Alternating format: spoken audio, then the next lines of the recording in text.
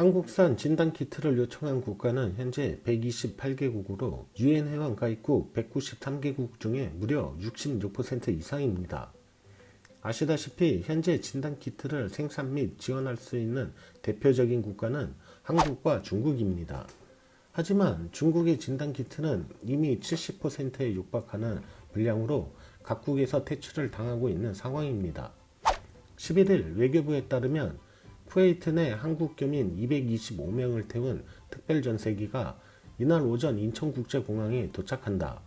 이 항공기에는 같은 날 현대건설 등 25개 한국 기업의 기업인 106명이 다시 탄다. 교민을 수송한 항공편이 다시 사업 목적으로 쿠웨이트를 방문해야 하는 이들을 태우고 떠나는 것이다 라고 밝혔습니다. 현재 쿠웨이트 역시 이번 사태에 따라 모든 항공편과 국경을 폐쇄했습니다. 이에 정부는 지난달 13일과 17일 각각 국토교통부와 외교부 장관 명의로 기업인 예외 입국 허가를 쿠웨이트 정부에 요청했습니다. 그러나 쿠웨이트를 포함 국경에 빗장을 건 전 세계 국가들은 특정국 예외적 입국을 허용하는 데 신중한 기조를 유지해 왔습니다. 하지만 여러 외교 채널 협의로 기업인 예외 입국이 결국 1차적으로 성사된 것입니다. 사실상 쿠웨이트 측이 한국산 진단키트 등 의료물품 구입을 협조해달라며 요청한 상황에서 한국에게만 특별하게 예외 조치를 한 것입니다. 쿠웨이트가 기업인 예외 입국을 허용한 건 한국이 처음입니다. 이보다 앞서 항공편 운항이 전면 중단된 모로코에서는 한국에서 진단키트를 싣고 가기 위한 항공편으로 우리 국민들이 돌아왔습니다. 지난 3일 모로코에 발이 묶였던 우리 국민 105명은 모하메드 6세 모로코 국왕이 직접 지시해 띄운 모로코 정부 전세기를 타고 귀국했습니다.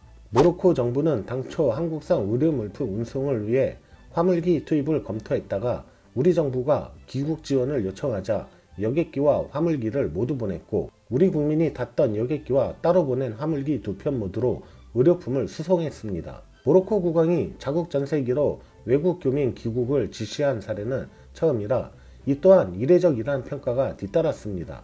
이런 상황에서 노블레스 오블리주의 대표적인 빌 게이츠가 최근 인터뷰에서 전세계 국가들이 한국 정부의 빠르고 강력한 코로나19 대응법을 배워야 한다 라고 밝혔습니다. 한국은 감염자 수가 많았지만 검사와 검역을 강화하고 확진자 동선 추적을 통해 한동안 무섭게 오르던 감염자 수의 그래프 곡선을 구부려 완만하게 만들었다. 검사율을 급격히 늘리고 검사 결과를 빠르게 받는 것을 최우선 순위에 둔 것이 주요했다.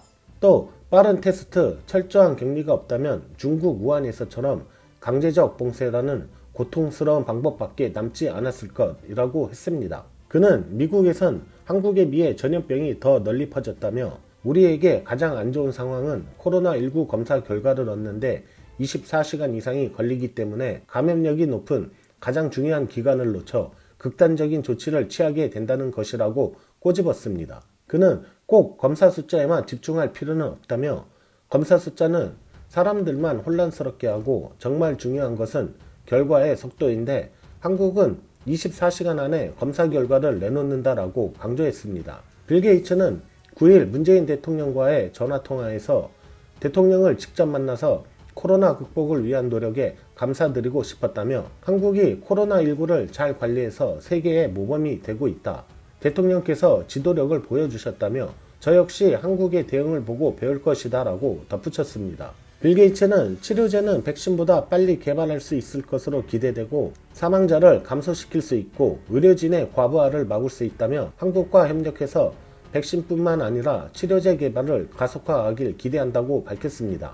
한국산 진단키트의 힘이 전세계 코로나 사태에 대한 감염률을 억제하고 있고 이보다 더 나아가 백신까지 개발해 이번 사태는 대한민국이 종결시켰다라는 희망을 걸어봅니다. 알림튜브 오늘은 이만 물러가겠습니다. 여러분의 구독과 좋아요, 알람 설정은 저에게 큰 힘이 됩니다. 감사합니다.